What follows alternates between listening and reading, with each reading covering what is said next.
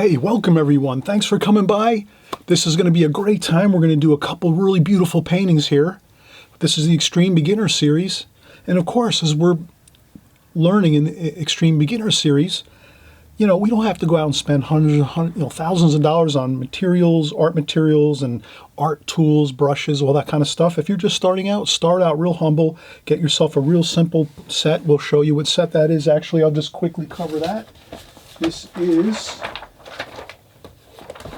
a Prang watercolor set, oval 16. So it's Prang oval 16. It's semi-moist paints. These are really beautiful paints. You just spray them once, 2 minutes before you're going to paint, and they get moist, and you can do beautiful, gorgeous, rich-looking colors on your paintings, right away. No worries. No squeezing tubes of paint or sitting there and waiting for your dried paints to moisten up after you spray them. These are moist, semi-moist paints. They work really great. So for beginners, this is a great kind of paint to use. And again, it only takes you literally 30 seconds to open this up, and then you're painting. Now, the second thing is we're going to do two beautiful paintings. This is more of like a Western, kind of like a scene here, a deserty type looking scene. Landscape painting, lots of water, glazing technique. We're going to cover what the glazing technique is and how you can really utilize it to capitalize on your watercolors. It's a real fun technique, and a lot of watercolor artists use the glazing technique. And in my teaching, I'm always teaching you both the glazing technique, and here we use the alla prima method.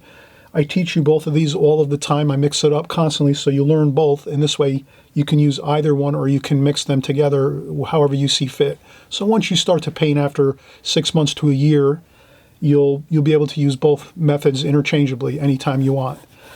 So this first one, just really tons of fun, and we spend most of this tutorial on this painting because it's a little more intensive with the lots of water, glazing technique. We have to let things dry a couple times. This here, vase of flowers. This is alla prima, and again, we're just going to go in and start painting with the vase, the shadows, and then the flowers, and leaf forms, and so forth. And then lastly, we add in some little bits of color along the back of the table and the wall behind. So this one goes quicker. It's a little more fun, lighter. We do more work, intensive work on this painting, and then we lighten it up at the end and just do more of a simple painting for ourselves. So let's have fun. Let's get started. And again, I want to thank everyone for coming by. Thanks for joining. Thanks for leaving your great comments and letting me know you're starting out in the beginning now. And we're just going to cover everything for you step by step. So this way there's no confusion as you start your watercolor painting, drawing and painting.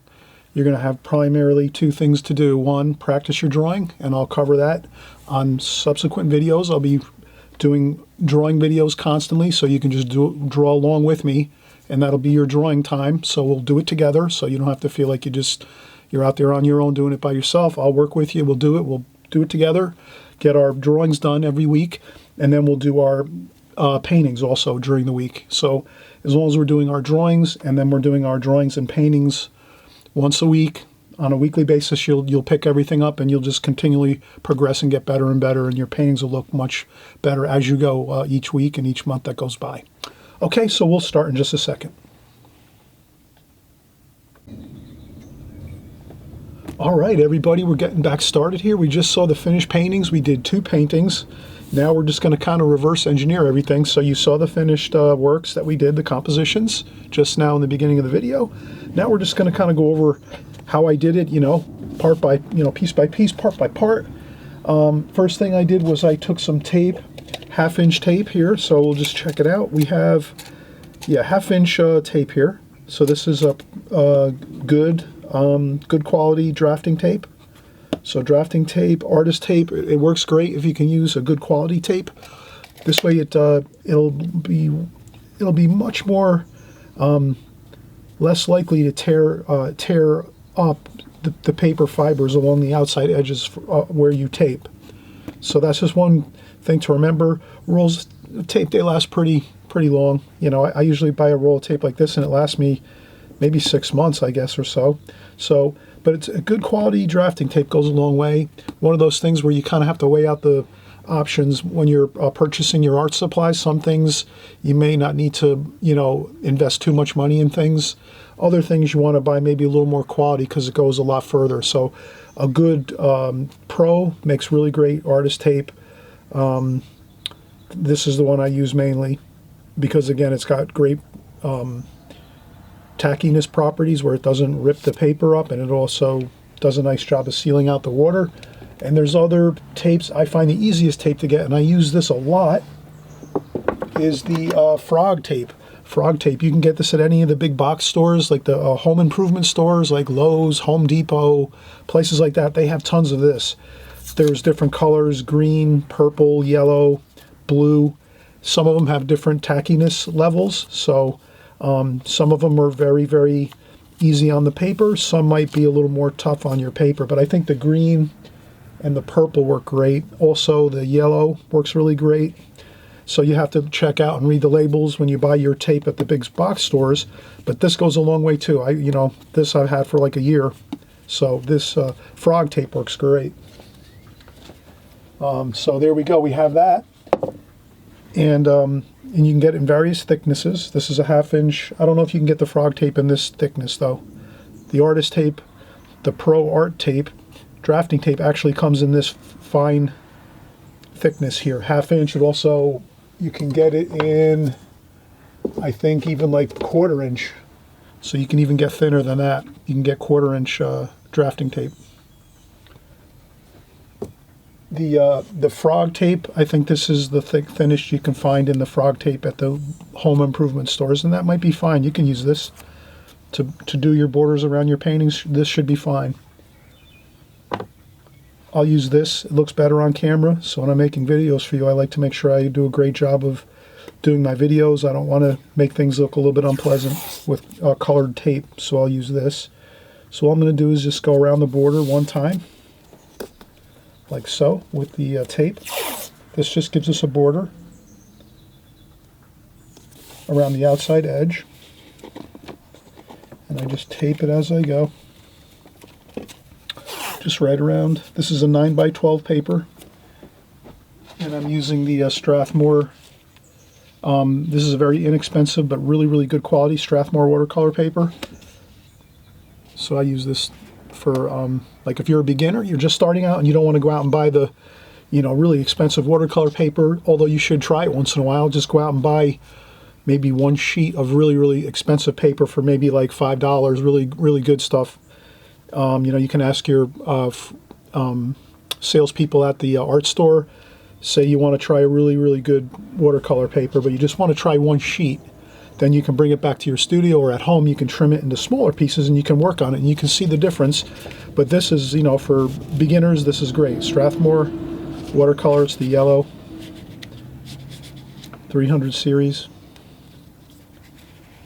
and it does a great job. So we'll continue on here, and again, as beginners, we're extreme beginners now. We're going to just chalk it up to, we all have to start at the beginning, and in the beginning we don't even know if we're going to continue painting and drawing. We might not like it. Most of you will continue to paint and draw, I'm sure that, but maybe a few of you might say, you know what, this is not for me. I'm going to try oil painting or pastels or acrylic paintings, acrylic painting. So some of you are going to probably drift off and do some other stuff. That's fine. Charcoals, just ink drawings, maybe, whatever. There's all kinds of different art stuff. You can do sculpture.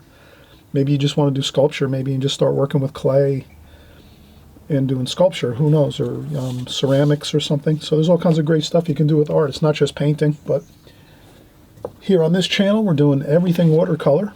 So there we have it. Outside border done. Now we're going to create 2 sections to this. So then all we do next is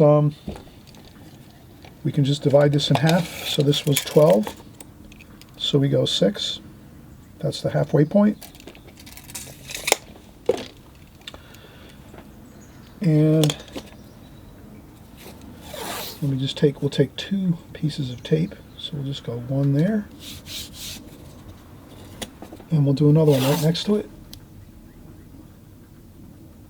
And then that gives us the two borders in the center that we need, like that. So this way when we peel up this tape, it's going to give us a 1/2 inch border around all of the paper, and then the double wide in the middle is so that we have a 1/2 inch border on each of these on both sides, if that makes sense.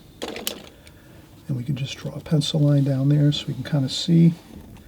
And then let's do a border around our rectangles like that, just so we can kind of see the borders on camera. We're working within this rectangle. That's where all the action is, within the rectangle. So you're working in a rectangle or a square as an artist, you're drawing your painting, you're really lucky. You're kind of really lucky as an artist. You just have this one area. It's not like you're having to deal with a mile or something, or a ball field. You're working in this small area. The largest you're going to probably work in is like a 24 by 36 inches. So sometimes, yes, you'll get a large piece of paper maybe and work on that, but again, 24 inches by 36 inches, still you're really focused in on a small area, which is really good. So as artists, we're really lucky. We don't have to. It's not like we're let's say an architect, they might have to design a city or something. So you can imagine they got to deal with miles of information. We just have this one small area. So we're lucky. We can focus in on this one area and get all of our concentration going right in here. So, okay, I'm going to do this. I'm going to stop the tape now, take a quick break, because we've been working quite a bit. We did our taping methods, how we do our tape around our paper to get a nice clean border. Once we are done painting, we'll lift up this tape. You'll see the beautiful, crisp, beautiful white border around our artwork here, our paintings. And then once we do that, or once, I'll come back in like 5 minutes. I'm just going to take a quick break, and then we'll get started. We'll do our first drawing and painting, and then we'll work on a second. So we'll do 2 on this series here, on this video. And I'm sure you're going to enjoy this. And I always mention before I go, right down there on the right-hand side, the subscribe button. Please consider subscribing to my channel. This way you can get all these videos. They're really important, especially if you're just starting out in watercolor, or you've only been in it for maybe 6 months or a year, and you're not sure of a lot of things that go on with the watercolor medium. This is what I do every week for you, is I'm going over the same ideas, the techniques, the methods, all the information that you'll need as a watercolor artist to continue learning, growing. Your art's going to get better. You'll find that the more you tune into my channel and watch my videos, you're going to learn more, because you're hearing the information over and over, and that means you're going to recall it better. You're going to memorize it better. Versus if you just watch one video, you're really not going to learn very much, because you'll just hear it once, and it's and if you can take notes when I'm doing my videos, if you can take a few notes, you'll even remember more. So if you start a little notebook or just maybe a little sketch pad and you start writing down some key concepts that we're doing here, again, that'll even lock in this information into your memory much better, so that again, when you're working on your paintings at home, in your studio, in your kitchen table, or your living room, wherever you're working, outdoors in the backyard or at a park, wherever you like to paint and draw and have a great time with your art, you're going to remember all these things much more if you're watching on a consistent basis. And that's really why I say, if you subscribe and you even hit the notification bells, you'll be notified exactly when a new video that we create comes out, and you'll be learning again a lot of new information, and the same information too, over and over and over, which is going to be great. You'll remember it a lot better. You'll be able to recall it much quicker. So when you're, watercolor is a fast medium, is it not a fast medium, right? You put some paint on the paper, next thing you know, it's drying up. You have to be quick. So if you're going to be, you're working with a quick medium like watercolor, you have to have a lot of this stuff committed to memory. The techniques and methods, so that you're never going to be second guessing what you need to do. It's pretty much you're always knowing what you got to do, and you got to do it quick and move through your paintings with a good rapid pace, so that you can get things done and things aren't drying on you and looking unpleasant, and things like that. So you'll learn as you go. But I'm going to take a break. I'll be right back. We'll start our drawing and paintings. Okay, be right back. Okay, we're back from the break, and let's get moving here. Let's get moving. This is just my art table that I do my videos on. So what I did was I actually taped down my pad here so that it wouldn't move around while we were taping our paper, watercolor paper, right? So I did that. I tend to use now on my videos, I just take a sheet of pencil drawing paper, like inexpensive paper. I guess it's called newsprint paper. Newsprint paper I bought. I think it's a Strathmore too. It's a Strathmore brand. So I can just tape down a new piece of paper on top of my table every couple videos, and it stays nice and fresh and clean looking. So I use that now, and it looks pretty good. And then maybe some of you are going to start creating your own videos eventually. Maybe you'll start your own YouTube channel, and you'll do some of your own artwork on YouTube. I'm sure some of you are going to do that eventually. So being that, being the case, I'm just going to kind of show you how I'm doing things here. So that's my art table. I've got the art paper on there now. I just have my camera on a stand over the top of the table here. So we have our paper here. Then I'm going to set up my palette. So I'll bring my palette over here. And then I'll just kind of center it in the camera. The thing is, we're only going to work on one side at a time on the painting. So let's do this. Let's try to get this in like that. Maybe I'll zoom in a little like that.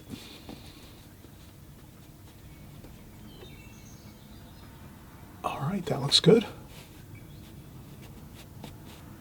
Okay, perfect. And I'll cover this side with a piece of printer paper. This way, if we splash anything over here, it's not going to ruin our other fresh piece of paper over here that we're going to work on next after this.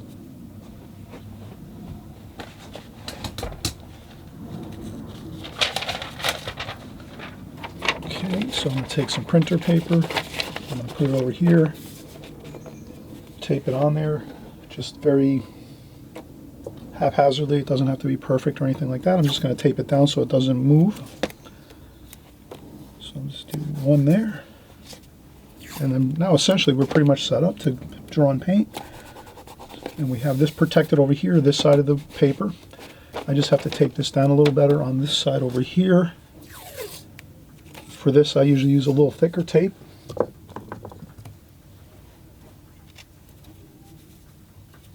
So I'll use a little thicker tape for this over here.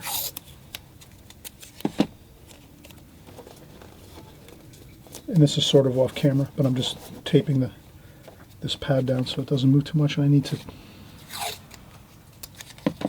tape this down a little bit too. Okay, so we have that taped down. This is a little more we need. I always like to get everything really super secure when I'm doing videos especially, or even painting. So whether you're painting or you're making a video too, if you're going to do some YouTube videos eventually, you want to tape everything really good and secure so that nothing slides around and moves around, because that looks awful on camera when there's stuff sliding around. It almost looks like you're on a ship and stuff's moving around, and doesn't, kind of not great for video. So let me back this out just a little bit here. I want to get that palette in there so we can see this, all the mixtures that we're doing with the paints here. And I'll tape my palette down too as well, just a little bit, just so it doesn't slide around and move around. Very important. So that we're going to do. I put 2 pieces of tape on my palette just so it doesn't move around too much. This is good and secure, you can see, so everything is nice and secure, taped down. And we're ready to create some interesting paintings right now. We'll cover our brushes as we go. I'm going to use a retractable pencil. So I'm going to use a number 9 retractable pencil here. I think I'm just going to improvise here.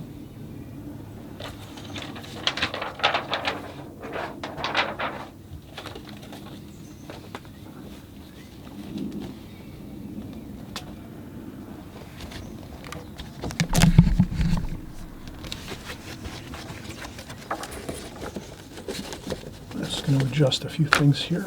Okay, so This is going to be a portrait style. So again, we always just talk about quickly. We talk about when we're drawing and painting in watercolor, you can orient. You can take your paper and set it up in a landscape fashion like this, rectangular, horizontally like this, the long side at the bottom and top, and the short side of the paper like this. This is your landscape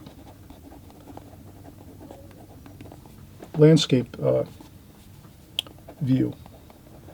Or you can set your painting up and do a portrait view, like so.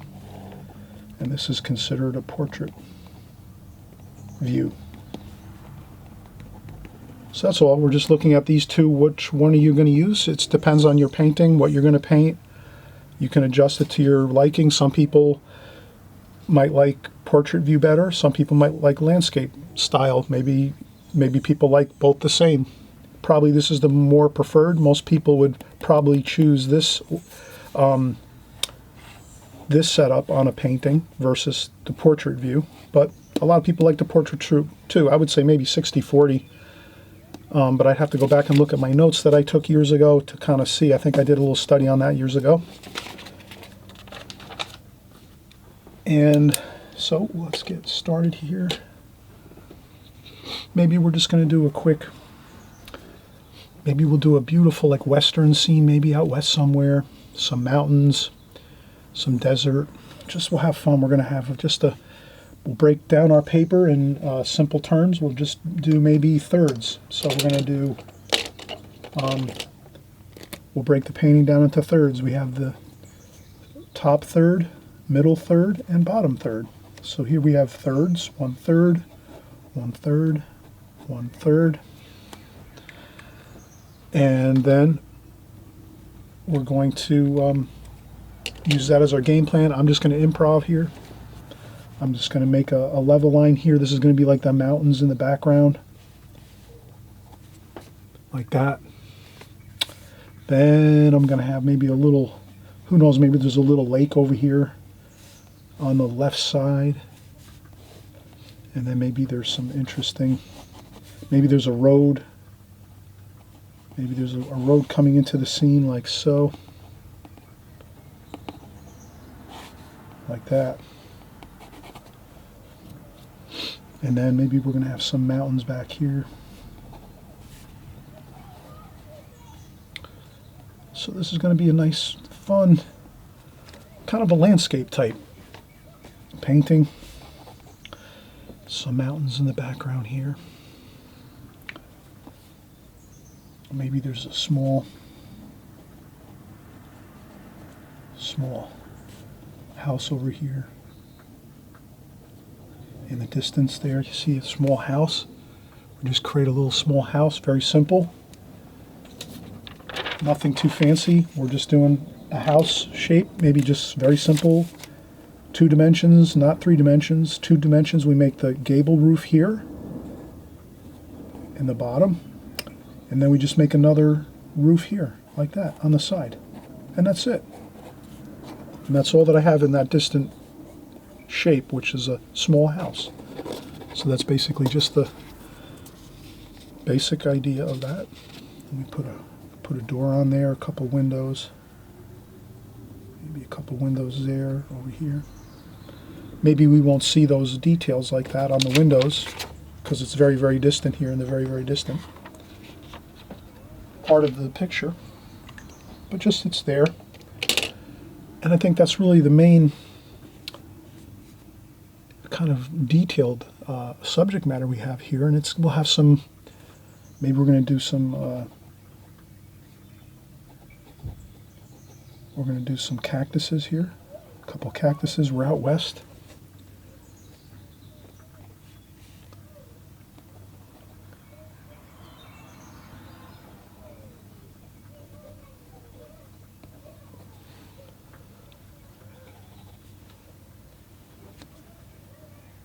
And to try to get a little more distance in the picture, I might make this a little smaller. So never feel like you can't just do a couple little bits of erasing to adjust something here. So I have another cactus over here, but I want to leave it in the distance smaller.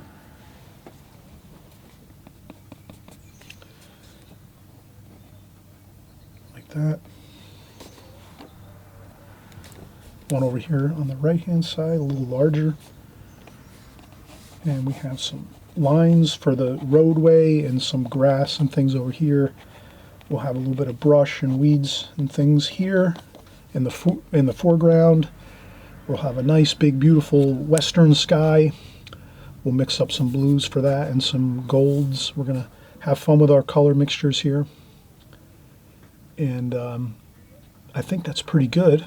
Maybe we'll do another house over here. Maybe we'll just do a ranch like that.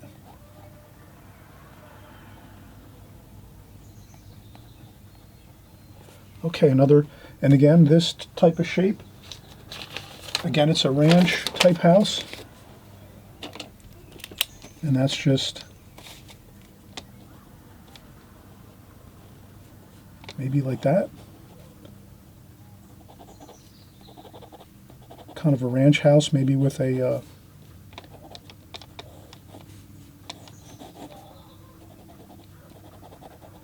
maybe a door there and a couple windows. You don't have to put the doors and windows in if you don't want. And this might be like a shed roof, and this might be open back here. Maybe this is the back of the house, open patio with some roof over the top, like a nice covering over the roof, a canopy.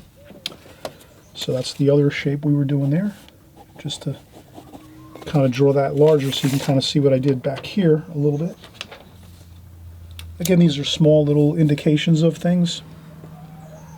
This one seems like it's too large, so I'm going to make this smaller. Again, don't feel like you can't change things. I'm going to change, and I'm improvising. That's why I'm doing a little more erasing. If I was drawing from a picture or a photograph, it might be easier. I might have nailed these quicker. But when you're doing improvising, which is great to do, and please do lots of improvising. Sometimes when you're improvising, then you have to change a little bit. You have to maybe do a little erasing. So here, I made this too big. This house should be further in the distance than this over here. So that's why I'm making it smaller like that. So this looks better now. This one looks a little bit larger, a little closer. Even though it's not a lot, it's still closer. This is a little bit more distant. Who knows, maybe we'll make maybe we'll do a windmill here. We'll do a windmill tower like that, and we'll just indications. Don't try to draw this perfect. If you can just get the basic gist of it, you can kind of see what I did there. My windmill is it's kind of small here. The windmill, it's basically just a little bit of almost like a lighthouse with some X's in there, and then the wind fans here for the wind, and then a very skinny triangle like that. So if you come up with something, anything looking like this, you're going to be fine. And there you have it.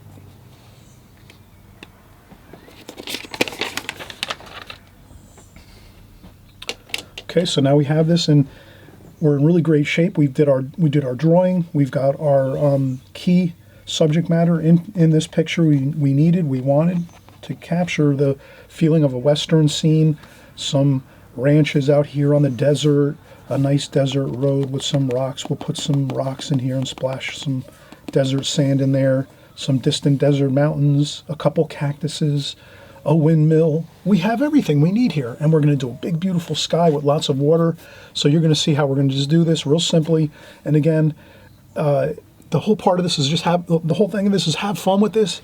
Don't stress over it. I kind of showed you the drawings, like simple drawings of the houses here and the windmill. So, you know, those things there, maybe you can practice it 2 or 3 times first. You can draw that 2 or 3 times first, practice a few of them first. Then you draw in that subject matter into your watercolor painting after you've drawn those a few times, just to get yourself familiar with the shapes a little bit. And the more you draw these shapes, like the more you draw houses or windmills or cactuses or whatever it is you're drawing, the more times you draw it, the better it'll be, the easier it'll be to draw it and draw it effectively, and so that it looks good. So that's all you have to remember, is repetition is the mother of skill. The more you repeat something in your drawing skills, the more you repeat something over and over, the better it's going to look. So if you practice 100 small houses like this one or this one, and you do 100 of each of these, after drawing 100 of these on a piece of scrap paper for maybe maybe a couple times a week, you draw 5 or 10 at a time. After a couple weeks, you'll be pretty confident when you go to draw like a small house or ranch type structure, because you've done it so many times. You're just going to go in there and do it. It makes a lot of sense, doesn't it? Repetition, the more we do something over and over, the easier it becomes, and it gets locked into your mind, and you have a much easier time of just doing it effectively. So let's continue to practice our drawing. Let's continue on with this painting. Let's start the painting process next. I just want to take a quick break, and then we'll come right back and we'll start painting. All right, hey, we're getting back up to speed here. We're going to be doing our painting now. So let's take the approach of, we're going to just take a pause for a minute here and think about, okay, how are we going to do our washes here? What kind of method are we going to use for this painting? And I would say our best method here is going to be the glazing technique. So you'll hear me talk about this all the time on my channel, the glazing technique and the alla prima technique. Alla prima would be, we're going to go in and just maybe start doing the darkest darks in the painting. And then after we're done with the darkest darks, we go in and we do the lighter washes, and maybe finish up with the very, very super light washes as we go. And we really don't necessarily have to let washes dry so much. We can kind of work through the painting all at one time. So if you're someone that likes to paint for like a half an hour, 45 minutes to an hour straight, and you don't really need to take breaks, let's say, alla primas, maybe it works good. So, but for this painting, the glazing technique is really the real optimum way to paint this. And the reason I say that is because we're going to do a really beautiful watery sky and some really warm and cool colors everywhere, blue and gold in the sky. And then we're going to bring those colors down into the foreground for this. And then we're going to let that dry 100% and then go back in and do our dark details throughout this painting. So the key to this is just, we take a pause before we go in and start painting, and just think about how we'd like to do this. You could try this in both methods. Maybe you could try this in alla prima, which is just start in one place and just start painting with mostly your darks, and then you work around until finally you do your lighter washes last, maybe your sky washes last. Or we're going to do this here in the glazing technique, and that's, we're going to start with our light washes, our really watery, really heavily watery, type washes on top of this paper as we go. First, let it dry. We could blow dry it, and then we come back and do our darker darks and do some of the details of this painting. So you'll see the glazing technique here, and see how it works. And it does work really well. And again, we're going to work with our same brushes that we use on a consistent basis. We're not going with top of the line brushes. We're going to use some of these. I have these are Princeton brushes, Princeton art brushes, and I'm using a 5/8 flat brush here. So that's one brush I'd like to use for this painting. And also, I think I'm going to find a couple more that might look pretty good with this. Let's try.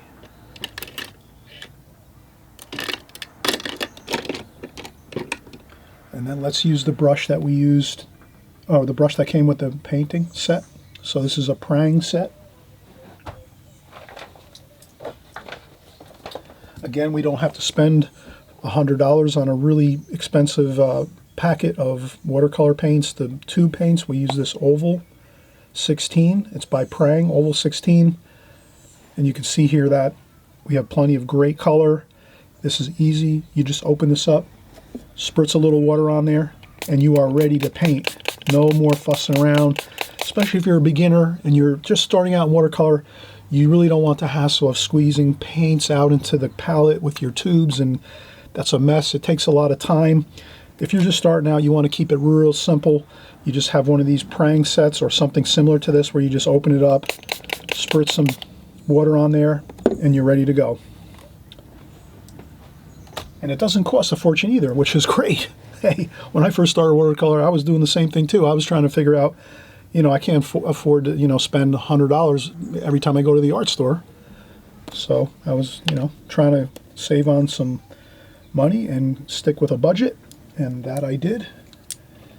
Then after a while, I started getting some more brushes and, more expensive things. I'd ask for things at Christmas time and at my birthday, so I'd get an expensive brush on my birthday from one of my family members, or an expensive palette from one of my family members at Christmas time or whatever. So it's always good. Takes time to build up some really good tools for watercolor, but you just do it a little bit at a time.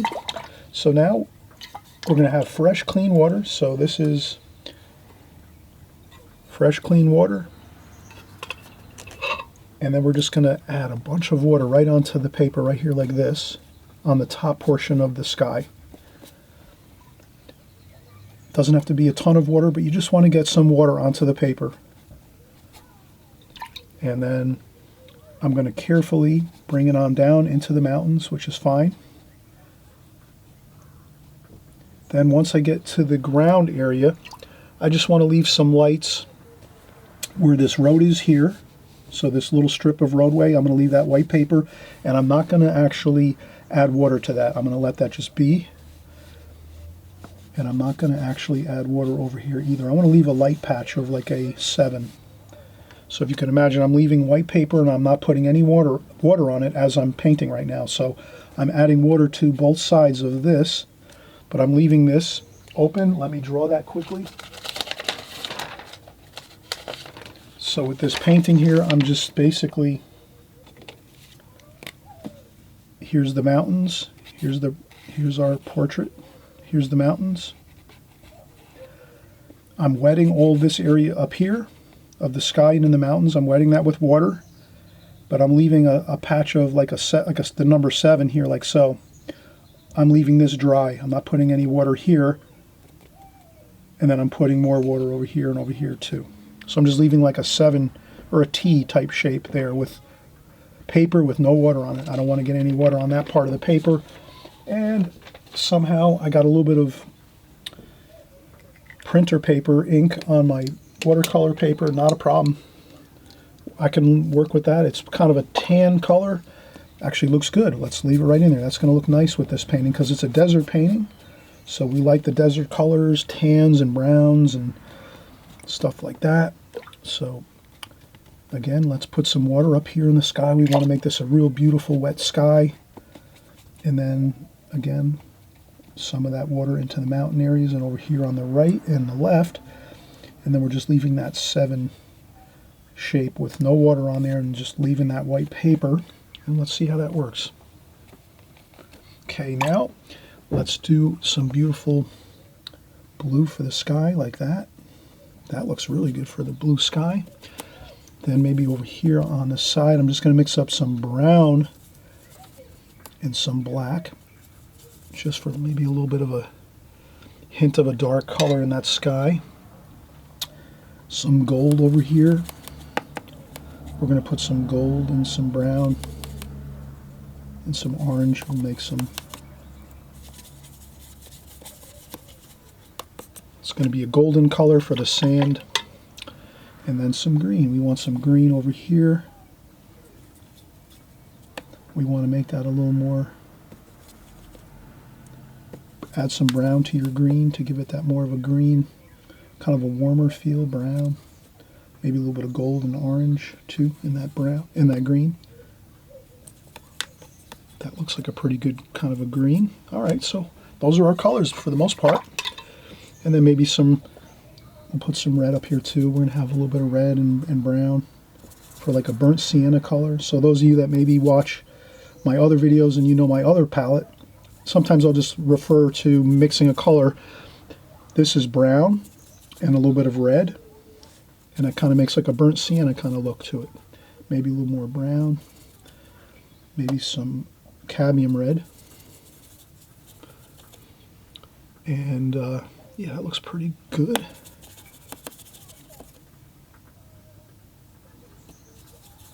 Okay, there we go.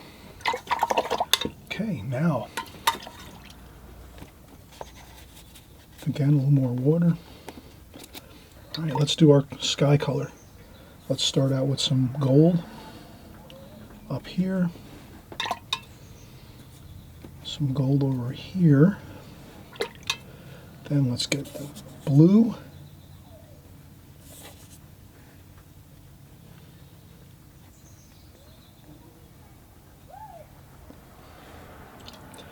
And we'll just let that flow down the paper. Look at how good that looks.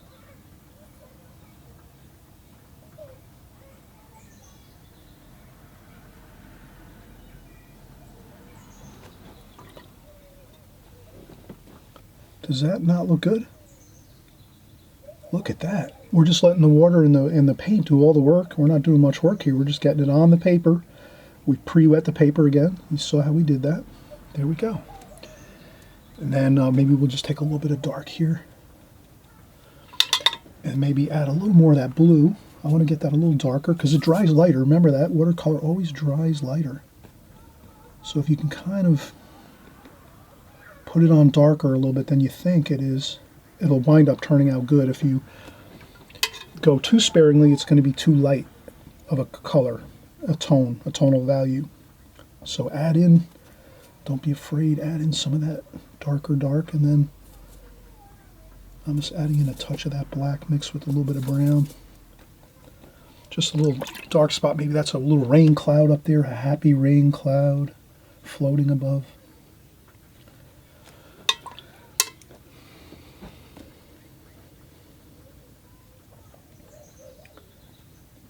Okay.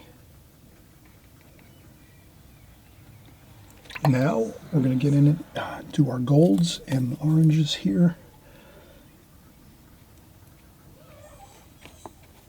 Like that. And then again,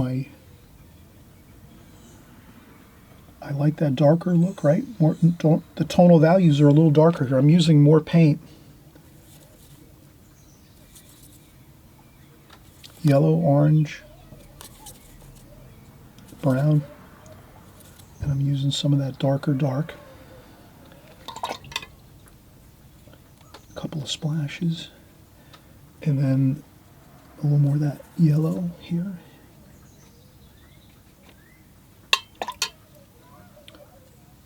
A little bit of that lemony yellow here. Let's add a little bit of that.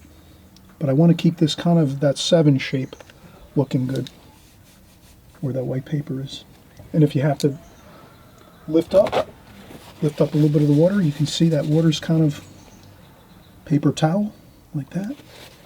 Then we could take our round brush that we have. We could take that round brush and we just carefully go in.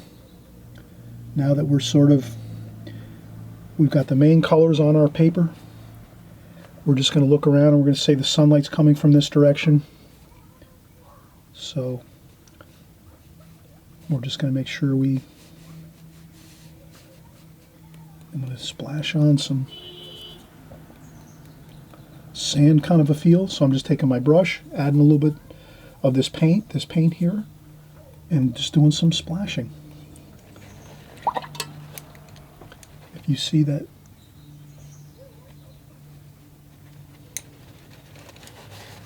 if you find that there's an unpleasant looking mark on your paper, you can try to lift it a little.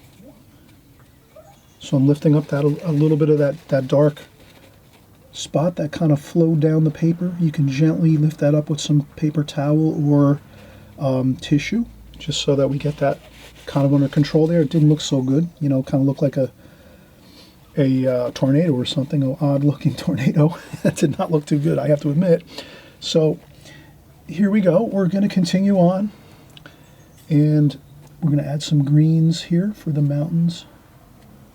So here I'm picking up those greens, and this really helps. Does this make sense? If you pre-mix your colors like we did here, you've already got it mixed.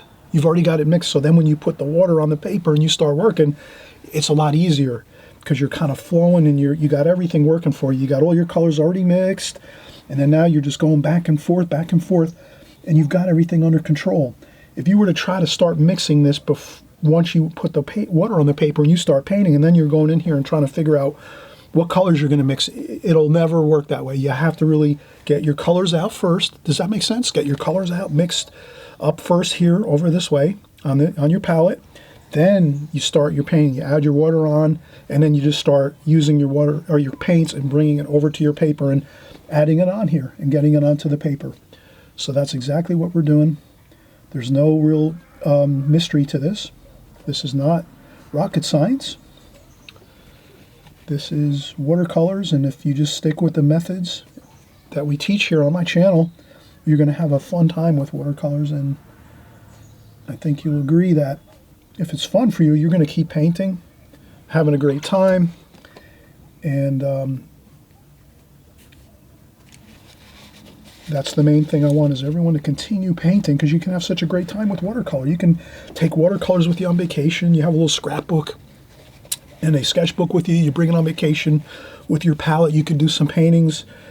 It's great. You have a little memory sketchbook of memories of vacations, or if you go and visit somewhere, or if you just want to go out for any given weekend and go out and around where you live and do a couple little small paintings, you'll have so much fun with it. And, you know, not only are you painting and drawing all the time at home in your studio or in your place where you live, you know, you might be working at your kitchen table or in your, you know, on your easy chair, you know, maybe in an office, home office or something, or maybe you're on the road a lot traveling and you're doing some stuff in your room where when you have some time. Whatever the case is, I know everyone out there has different situations, but the main thing is, if you're having fun with it, you can incorporate it and make it a part of your life, and then it becomes much more meaningful and fun, and you will be much more likely to keep painting and having a great time with it versus giving up on it. And so that's why I try to give you as much information as I can.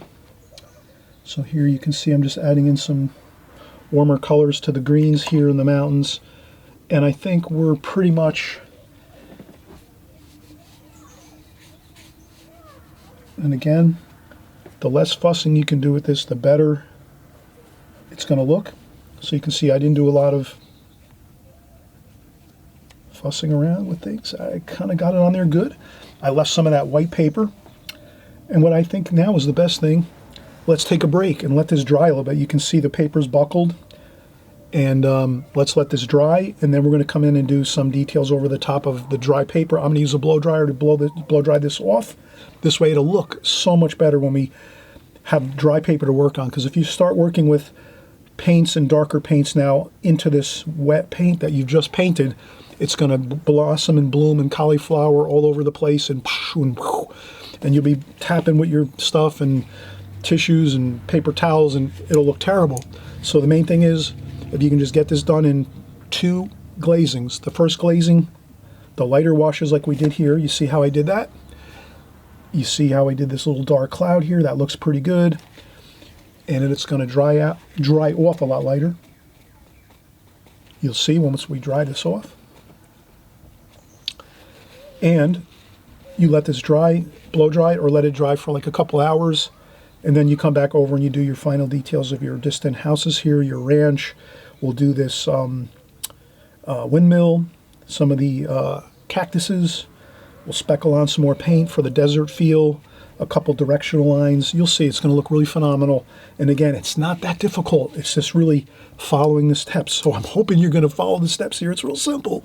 Just remember, it's the light washes first, just like this, and then let it 100% completely dry. And then next, right after this break, you'll see we're going to go in and do those final details. And then it'll be it. That'll be the painting. And you'll have a gorgeous painting. You can put this in a frame if you want, or tack it up on the wall, or maybe give it as a gift to somebody. Whatever you want to do, that's fine. But let's take a break, and then we'll come back and we'll finish this up. Okay, we're getting back up to speed here. We took a break. We took a blow dryer. We dried off our painting. It was super wet. We used tons of water on this. We let that water flow down there. The colors, all the water and colors. Wow, it just flowed on down the paper. We made sure to leave our white paper in that 7 shape, as you can see. We wanted to leave some of that white paper there so we didn't wet that part of the paper, but we wet the other sky areas, mountains. We wet the foreground here on both sides, but again, we left that bit of white paper for the ranch houses here, and then that little bit of roadway here. So this way we have that nice little 7 shape. That looks really good. And now we're going to go in and do some darks to finish up our painting here. And it looks really good so far.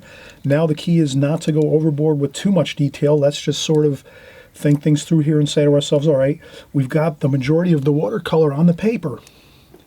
So once we have that kind of fact situated in our mind, now we can just say, all right, we need some darks, some really dark darks, but we don't want to use much water at all. We actually don't want to use any water at all. We might just give this a spritz. Just a quick spritz there, and we're going to get some darks. And we already have a dark over here. We made this over here. This was a black, our black and some brown mixture, so that's going to be good. We have some red here too, kind of like that nice kind of that clay red kind of look. So let's start working our colors in here, our darks. Let's start out with our tower here. We have a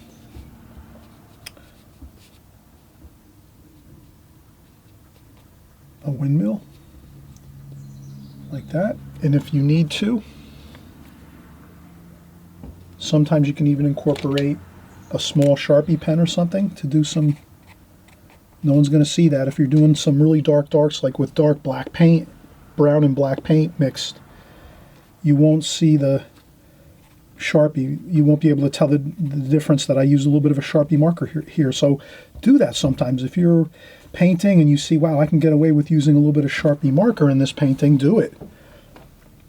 And here, we're just going to do some marks like a wheel, a fan, the fan blades coming out, and then we had that little shape like this. So there, I accomplished what I needed to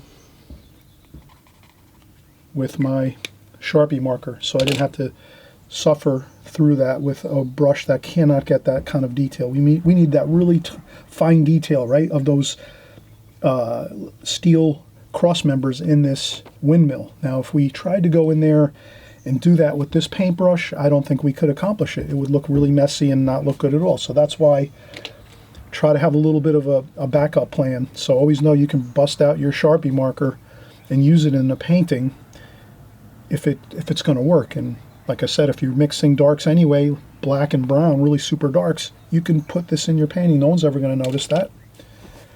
Okay, and then we'll put that red spot maybe here just to give it a little color. Maybe another little dab of red there like that, just to give it a little excitement. And then we'll do some more, maybe some green and dark black and green, dark black and green. This black in this set is super dark. It is really just a touch of this dark black from this Prang set here. It really goes a long way. So let's try this and let's get the dark black and red. Let's do our cactus here. The cactus is a little more thicker, so I can use this brush. I just rest my hand on the paper. So if you can imagine, I got my hand on the paper like that, resting. And then I just move the brush like that, up. And again, you have to practice these techniques a little bit to get used to them, or the more you paint, the better easier it's gonna go for you. Then you can lift up some paint here and there like that. Sometimes it's good to lift up a little bit of paint. It gives like a little feeling of light. And there's light coming from here. Maybe a little shadow going back there. Like that, so you can add some shadows. I'll do that there. Some splashes with that dark paint too. And again, I'm really going to go minimal with this here. I'm not going to go a lot with these details. Again, it's going to really, that's the key, is holding back sometimes and not doing as much. That really can make your paintings look absolutely phenomenal. Too many details can really ruin things.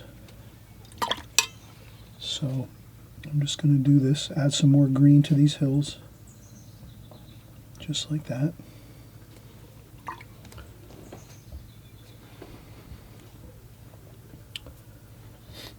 And there's some darker hills here. So I'm just flicking on the paint there, I'm getting it on. And I'm going around this ranch house here. You can see. Like that. And you can lift up a little bit of paint there if you need to, or here and there. Trying to get some of those mountains in the background, kind of undulating back there. Then we can go with some of that darker paint around this area. Some green, some green, some green, and maybe some brown. So sometimes you just mix up a little bit of paint here and there. So that's a little bit of the green there around this area. There's maybe some trees and so forth. And I think we're getting a little bit of a power surge here. My lights are flickering. I think there's a solar flare going on right now from the sun. So we have to cope with that. And again, some more splashes. And we could add a little door, maybe a happy door on this little house here. Maybe another door on this ranch house. A couple windows. We can maybe shape out this roof a little better. Like that. A couple bushes there.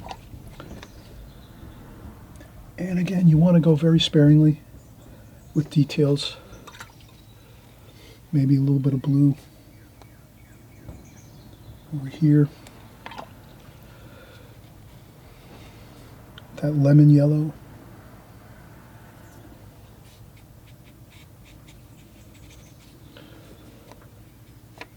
Put a little bit of that lemon yellow here. A little bit of the gold color.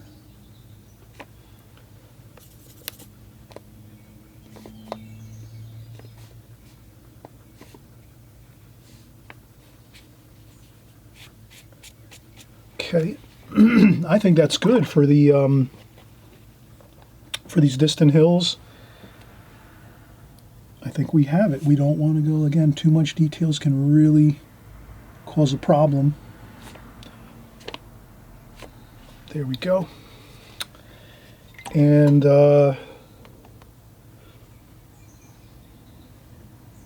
maybe a little bit of gold on this roof, like that. Maybe a little bit of gold over here on this side. There we go. And you can see very sparingly details. And then now, maybe we're going to take some red and we're just going to have maybe a couple of marks here on the paper. A couple of weeds like that. Again, use these very sparingly. Maybe splash on some, very lightly splash on over here in the foreground for the sand and that sand type of feel. And there's a little bit of, there's some, maybe a dark or two over here.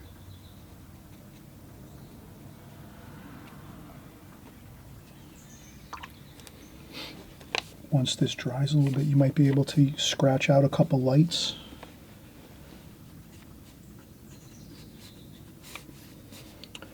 This is always good to do. Some directional lines. Finger painting a little bit, you just take your finger and drag it across the paper.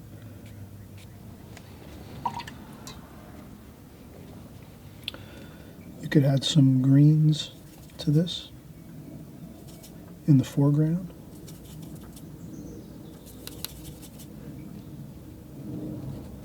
Just a little bit of color.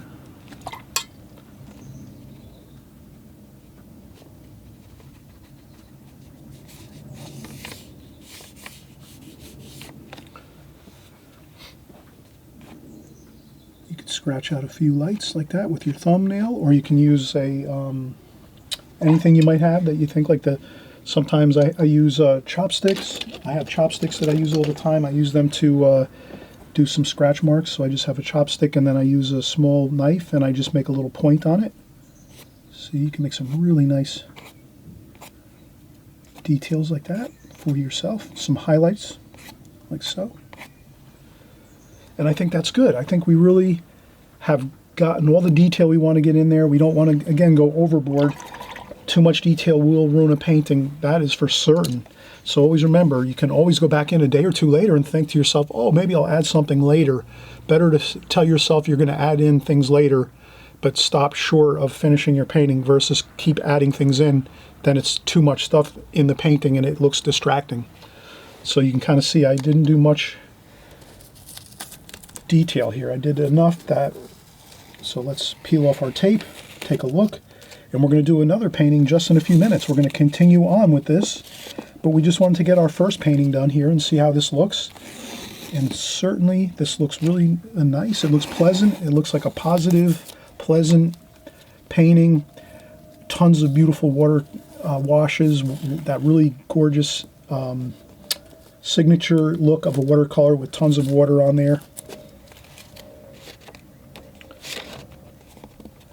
And a gorgeous scene, a desert scene here. We got beautiful desert houses, some ranches, and we have ourselves a windmill and a couple. We have a nice looking cactus there and some brush and weeds in the foregrounds. Here we scratch out a few lights when we paint over that dark paint. Then we scratch out a few lights after it sits for about a minute, 30 to 60 seconds. You can scratch out a few lights like that. And I think that really looks good. You can always sometimes too do a little bit of finger painting. You can blend out some stuff if it looks too. I went over onto my edge here on my where I taped this off, but that's okay. We put a mat over the top of this anyway to finish it off and put it in a frame. So if it comes out really good, everybody, put a mat on it and frame it. Why not? Set it up in your house, maybe give it as a gift, whatever. All right, so we're done with our first painting here. I think it looks really good. I'm thinking you're agreeing with me. It looks really good, and I'm sure you've done a great job completing this painting as well. And I'm sure you'll try it again, even maybe 2 or 3 times you'll work on this to get the right effects and the right look you need. And we'll start with another painting in just a few minutes. I'm going to take a break, and we'll come right back. We'll clean up our palette, and we'll start with a new painting. Maybe we'll do something a little different, maybe a shore scene or some flowers. I'm going to think about it when I take my break, and we'll come back and start another one. Okay, we just changed our setup, so now we're going to do our second painting. We're just going to do a real simple flower arrangement in a flower pot. We'll keep it real simple. We worked really hard on our first painting, so that desertscape scene that we painted, that took us a lot of time. We went through a lot of different methods and procedures. Let's keep this a more simple painting right now. So we'll kind of start out with just a simple idea. Maybe we'll have a table about 1/3 up. We'll have a table across here. I'll just make a line, and I'm using the other side of the paper. We started out with the one side of our paper where we did our desertscape, Western style landscape painting over here. And now we're going to use the other side that we already had pre-taped. Maybe I just need to tape down my palette here, which I did not do. Let's do that. So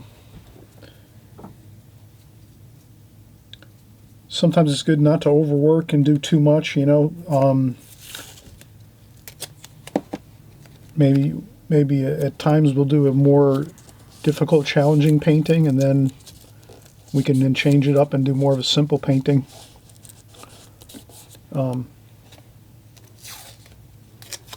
Paintings actually take a lot of energy to concentrate and focus on all of the different methods and techniques and processes we're using. It definitely uses energy, and it can make us tired, actually.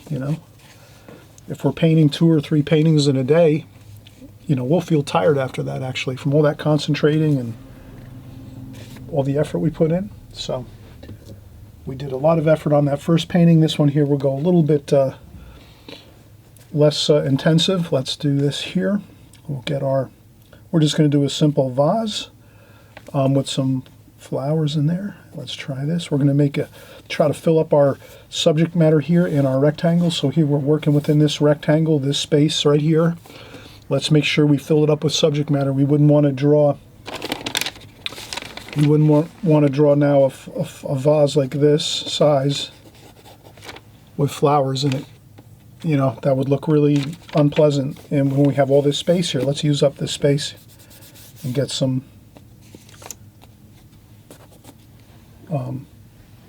good amount of subject matter in our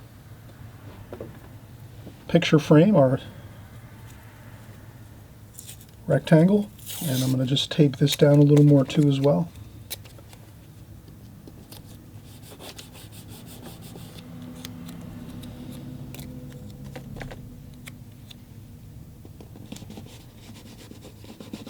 There we go. Just want to tape that down a little bit more.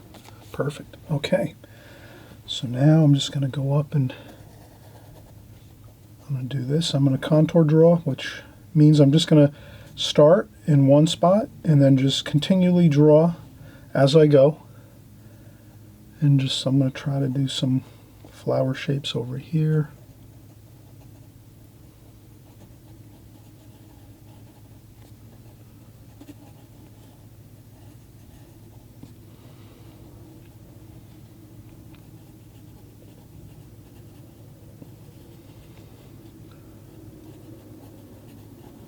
So I'm just trying to follow the picture in front of me. It's a picture I really can't put online because it's has a copyright claim on it, so I really can't put it in my video. So it's best too if you can work from my finished painting. So here I'm just working around this.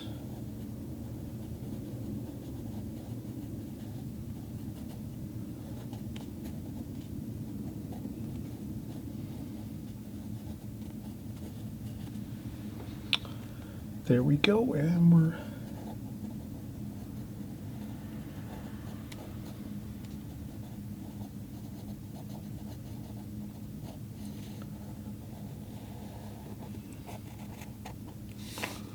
okay, there we have it. A simple vase, some flowers,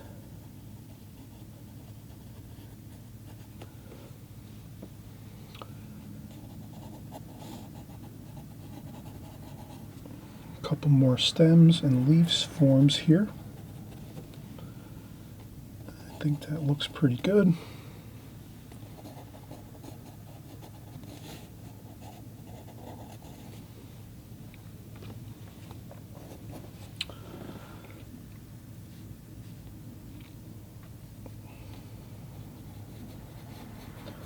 A little bit of a shadow underneath the vase here.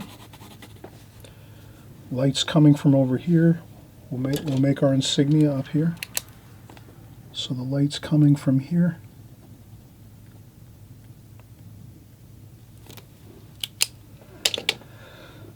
Okay, looks good. Maybe we'll just erase a few lines here and there if we want, just to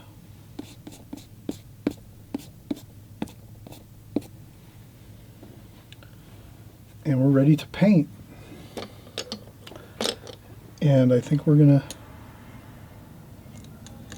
maybe we'll use our Simmons here. We have a number 6 Simmons round brush, and this is a synthetic brush.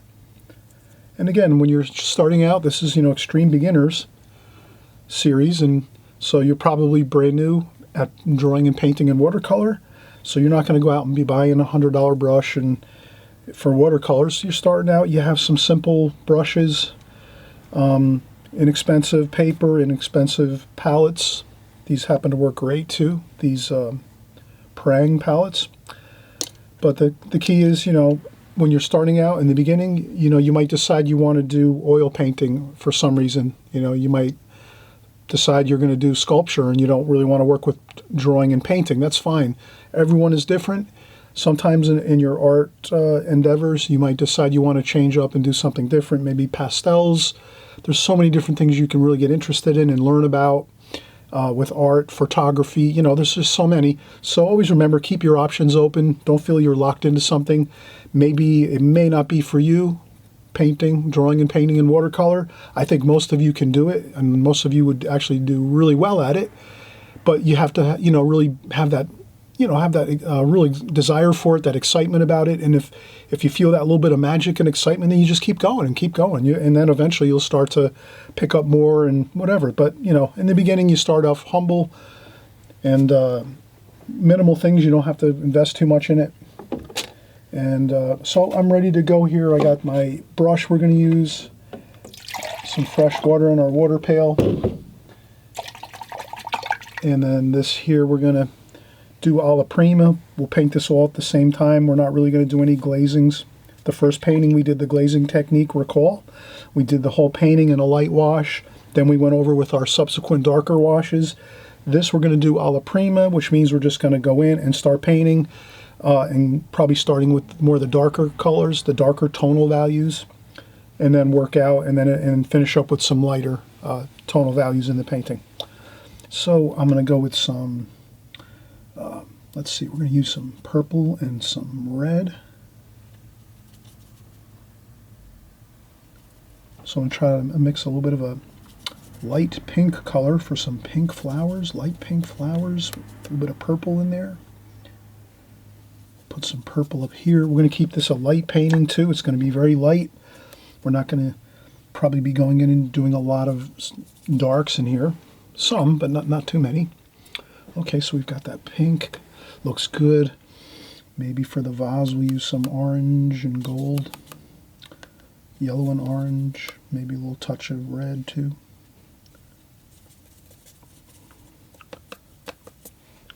Maybe a little bit of some greens.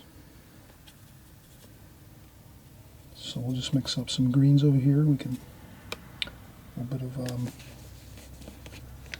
brown mixed in with our greens, a little bit of orange maybe.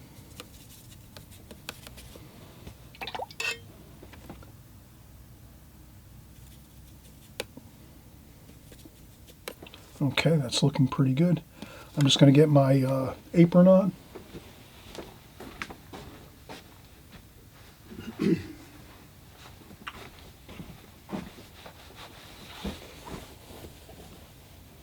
Okay, so now we're going to start, and we'll just have a fun time and get some colors going here. And again, maybe some more of that green up there with some gold and green, yellow and green. That looks pretty good. Maybe some blue.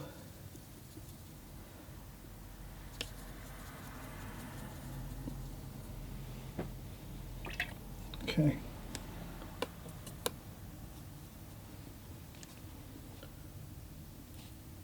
Okay, I'll do a leaf form here. And another maybe over here.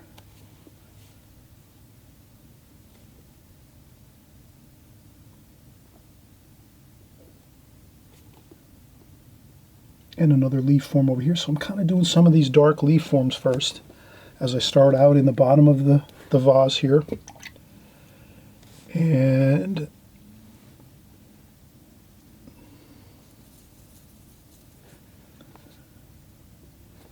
some yellow in there too. Have fun, just get some of those dark green leaf forms in there.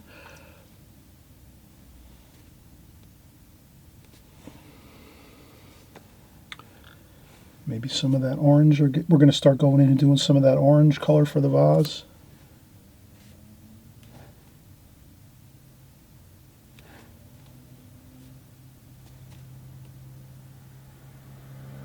bit of shadowing in there.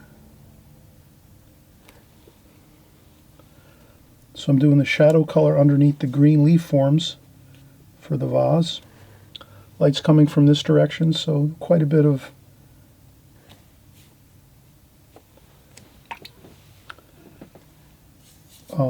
shadow into there.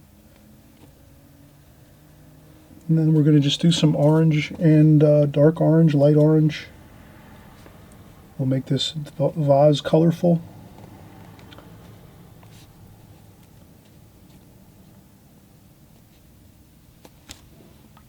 Then we'll do a shadow color, maybe some purple. Maybe mix in a little bit of brown with the purple. A little bit of the orange too.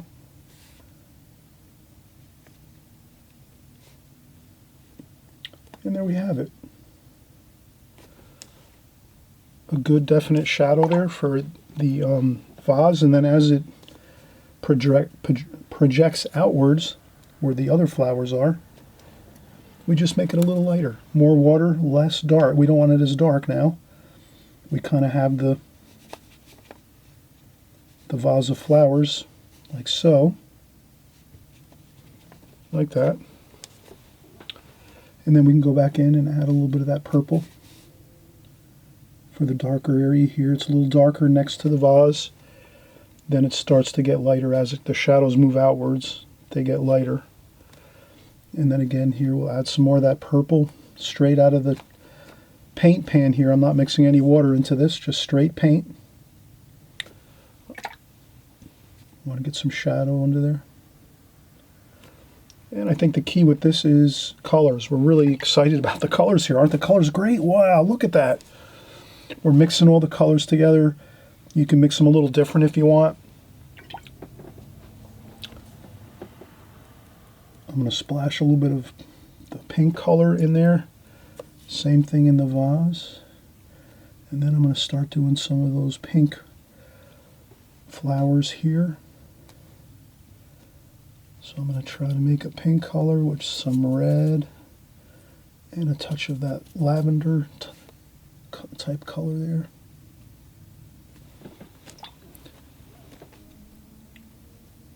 There we go. And I'm going to leave some room. We will be painting in some of these stems and leaf forms. Maybe some of that purple over here. A little bit of splashing. And the key is to just have fun with this, mix up the colors, you know. Let's not just take one color like this here and just take this all and just start filling in the whole bouquet. Let's take some of this color here and there. Leave some white paper in there. Don't fill it all in, please. Please, please, please. Leave white paper in your bouquet. I'm making small flower shapes, petals, I should say, petal shapes here and there.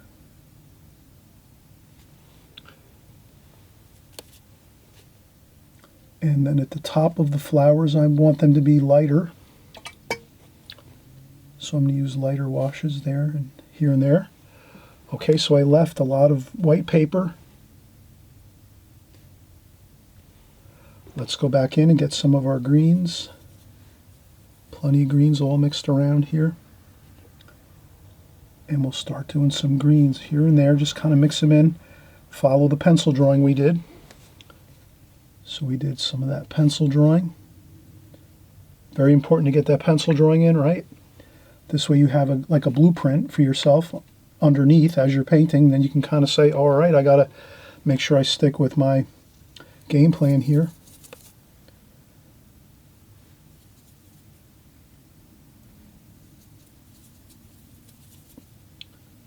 So I'll do some more of these green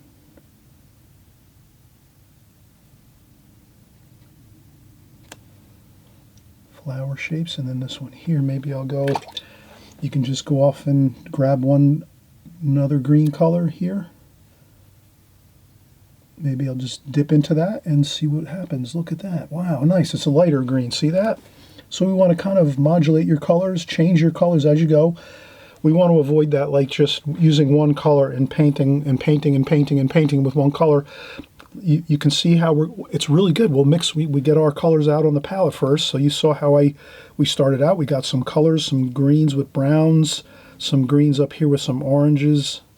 We use some straight paint right out of the palette to get some really bright greens. We mixed all the purples and oranges and yellows and here for the vase. So I'm constantly trying to use the whole enchilada here, right? Let's use the whole gamut of colors here in our palette if we can. Let's use a lot of them. Warm and cool, warm and cool. We want to always have that mantra. Warm and cool, warm and cool. We just wouldn't want to make this all a purple vase, purple flowers, purple shadows. Next thing you know, all we have is purple. That would not look good at all.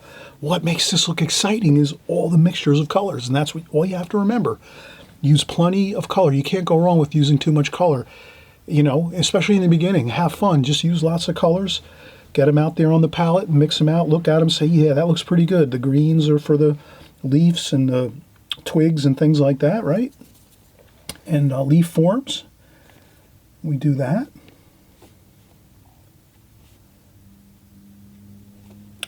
And then we have our purples and pinks here. And some purples and pinks here for our flowers. And then our vase was purples and oranges and reds. And purples here with a little bit of brown mixed in there for our shadows, like so. And then voila, look at this. We already have everything 90% complete. And again, this is the alla prima. You can see we just went and got in here and just went for it. We painted the whole picture now. We're pretty much 100% done here. Only thing left we have to do is maybe we'll do a little bit of splashing for our flowers, just a little more. I like to add a little bit of splashing. It kind of gives it like a light feel, a feeling of lightness. Like there's some baby breath in there, some other light, intricate flowers and plant material. And then over here on the side, we can get some red and orange. Maybe make a little bit of a color behind the table. So we're pretending that this is our table here, a white table, and then behind the white table we have a wall. And let's just say this wall is mixed with some mixtures of the colors we already used. And that's all we have to do. Add a little bit of that mixture we already used. Any of the colors, probably good to just mix a little bit of everything in there. Like that. A little bit of splashing. Rinse off the brush, dry off the brush a little bit on a tissue or a paper towel. So if I take a paper towel, I rinse my brush off, dry off some of the water on a paper towel or tissue, and then just lightly blend in the wash we just put on here so that it kind of fades up real lightly into the white paper. So this paper has this painting has lots of white paper in it. You know, we could splash around a little more warmth. Maybe some orange in here. Just scrub on a little bit of orange. Maybe that looks really good, that kind of warm feeling. So the wall behind the flowers is like a warm, maybe cool too. We'll put some purple in there. So some warm orange wash, just lightly. Damp brush, not too much water. Just scrub in a little bit of, so much light touch of orange. And maybe some of that red that's mixed in. A couple splashes. Maybe some purple. So then we'll take a little bit of coolness and use a purple. A couple splashes of purple. Maybe a little damp brush to move some of that purple around a little bit. So we have a wall here with some texture to it. And we can go in and get some purple here. If there's too much water floating on your paper, you can lift it up like like that with a paper towel. That works really effectively, a paper towel. You just dip the edge of the paper towel right where the puddle is, and that puddle will just come right up, and then you can get more of your desired color in there.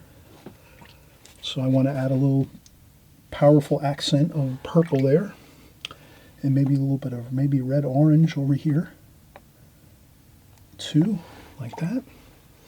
Then maybe a little green mixed in there, like that. Same here, a little bit of green. So I'm just kind of dabbing that in. Maybe a little bit of yellow with that purple.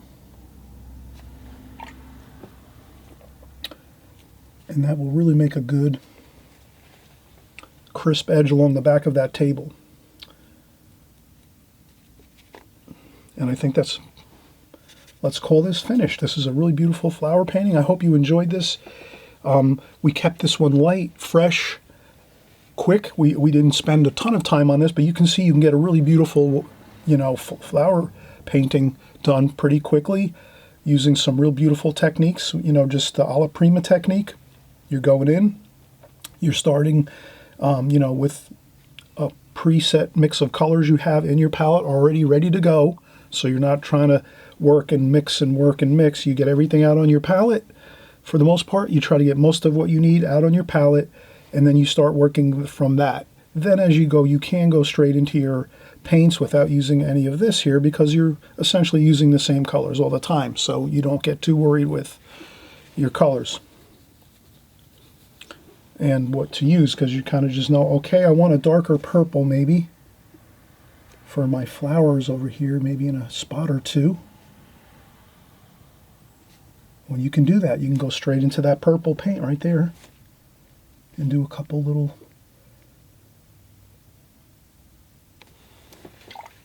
spots of purple, and then soften it, rinse the brush off, damp brush, dry off some of the water, and then you can kind of soften that up a little bit if you want, like so.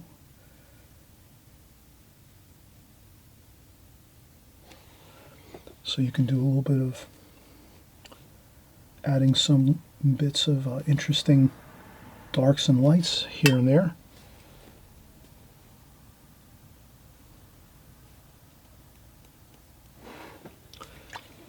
So you can do that too, just to maybe do a few different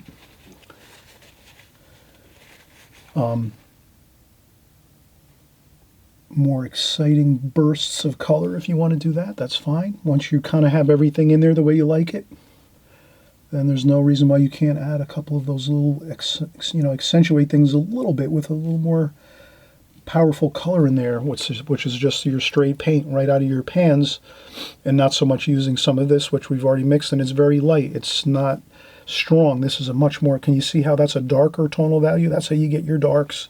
You're just going in and grabbing it right from your pan, from your wells, your paint wells. That's how you get the darks. And if you need the lighter washes, you're going in and mixing them here and adding a little water to it to get your lighter washes, like those over here in the on the wall here.